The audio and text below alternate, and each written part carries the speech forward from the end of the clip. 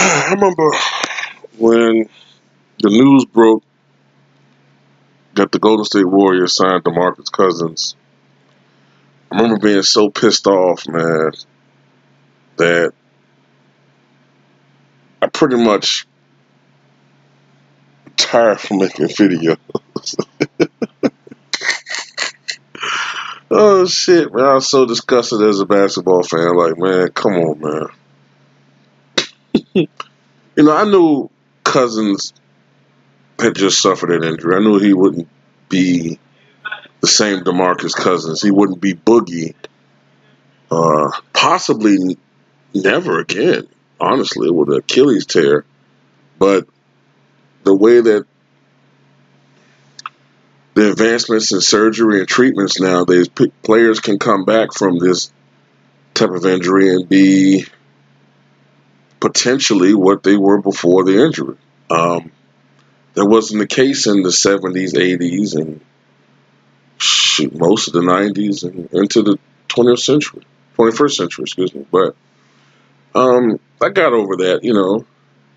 The Warriors actually struggled for a while, but this season in particular, when Curry was out, and for a stretch, man, they looked vulnerable. I didn't think it was going to last. I wasn't necessarily sounding the alarms like some people were. But it was a concern. But now Curry's been back for a while. Curry's playing phenomenal. Excuse me. He's playing phenomenally. Klay Thompson is finally breaking out of his shooting slump. Kevin Durant has kind of regressed back into playing within the system, which I think is best for the overall team. And I get the impression that whatever happened between Draymond Green and Kevin Durant, while I'm not going to sit there and say, I don't know, I'm not an insider, I don't know what's going on, but I get the impression enough time has passed by that the sting of whatever Draymond had said to him is no longer in the air. You know what I mean? Like, it's still there, but it's not poisoning the atmosphere. It's not potentially even causing problems as far as chemistry out there on the floor. So that's a good thing. And now you get Boogie back. He made his debut yesterday and against the Los Angeles Clippers. And the Warriors beat the Clippers, I believe, by a final score of, was it 112-94, I think it was. And even distribution scoring amongst the Warriors. Cousins played, I think, like 15 minutes. I think he had 14 points and 6 rebounds. And he hit 3 out of 4 from beyond the arc. And he did speak on that. He said that he's not used to getting such wide open looks from beyond the arc. Of course, that's because of the spacing. You know what I'm saying? You got all these guys that can shoot. Cousins can shoot from outside. Of course, Klay can. Of course, Durant can. Of course, Curry can.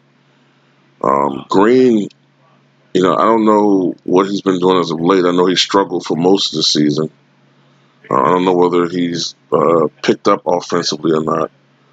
But still, on face value, you have 5 guys in the lineup that can shoot from outside, with Green probably being the weakest link. But still, this is a guy, Draymond Green, that had one season, the 73-win season. He had one season where he shot 39% from beyond the arc. So this is a guy that has shown in the past that he can shoot that shot. But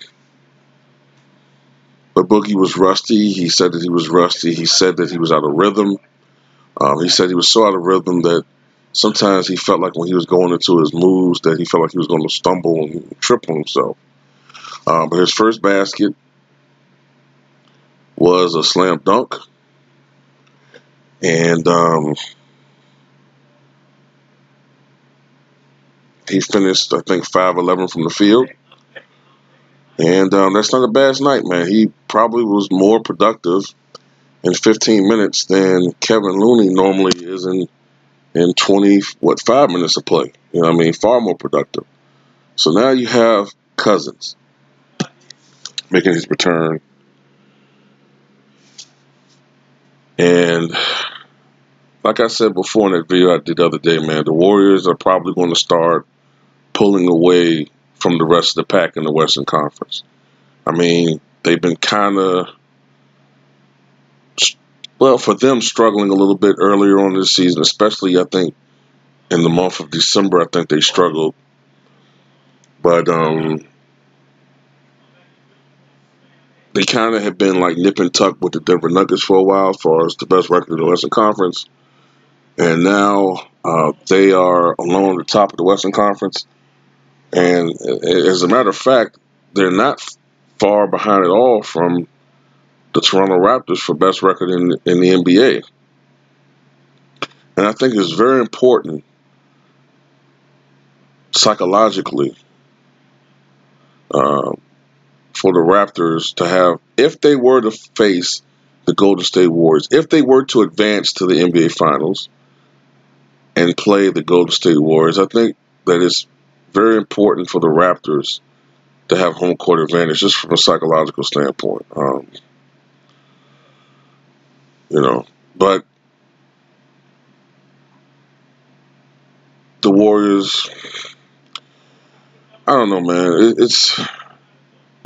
I just got that feeling, man, that whatever parity many people thought that the NBA was displaying in the Western Conference looked like it was wide open at one point. There's still a lot of competition in the lower seeds in the Western Conference. That's very competitive. But the top 2 seeds or so, I think it's going to probably be Golden State pulling away with the first seed, and then the second seed probably will be maybe like Denver. But it's clearly the Warriors, I think, that are establishing themselves as the best team in the Western Conference and probably the best team in the NBA, to be honest with you. But I'm just keeping it to the Western Conference. And now that Demarcus Cousins is back, and he's rusty as hell. So, by March, definitely Demarcus Cousins should be hitting his stride. And I can just only imagine the Warriors' record come March. I think right now they're, 32-14, I think. I wouldn't be surprised if in March they're like maybe 49-16 or whatever the fuck, man. Like, beginning of March, like they probably won't be losing a lot of games, man. I would not be surprised if this club goes on like a 15-game win streak, lose, and then go on like a 14-game win streak or some shit, man.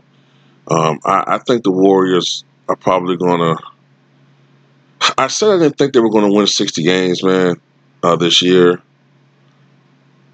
I don't think they're gonna win 60 games, but I don't know, man. With the type of offense that these guys have, man, you got all these guys. You got Curry having routine games of making 8, 9, 10 3-pointers in the game. Now you have Klay Thompson, getting his stroke back. Of course, you have Kevin Durant, a guy who can drop 40 in his sleep. And then you have Demarcus Cousins, who I think when he gets back into his stride, he's going to be a guy. He's not going to be putting up 28 and 12 or 13 because he has too much help on his team. But this is a guy that's probably going to put up 20 and 10, an easy 20 and 10. That's the thing I think is going to be different from, say, when he was with the Sacramento Kings or even with the New Orleans Pelicans. With the spacing on the floor, I mean, I wouldn't be surprised, man, if he shoots well over 50% from the floor with the Warriors. I think he might shoot like 52, percent, maybe 53. I think he might have a very high field goal percentage with this team, man, just because of the space of it, and it's going to be easier for him. And but tell me what you guys think, man, about the Warriors now that they have Boogie Cousins back, man. Tell me what you guys think.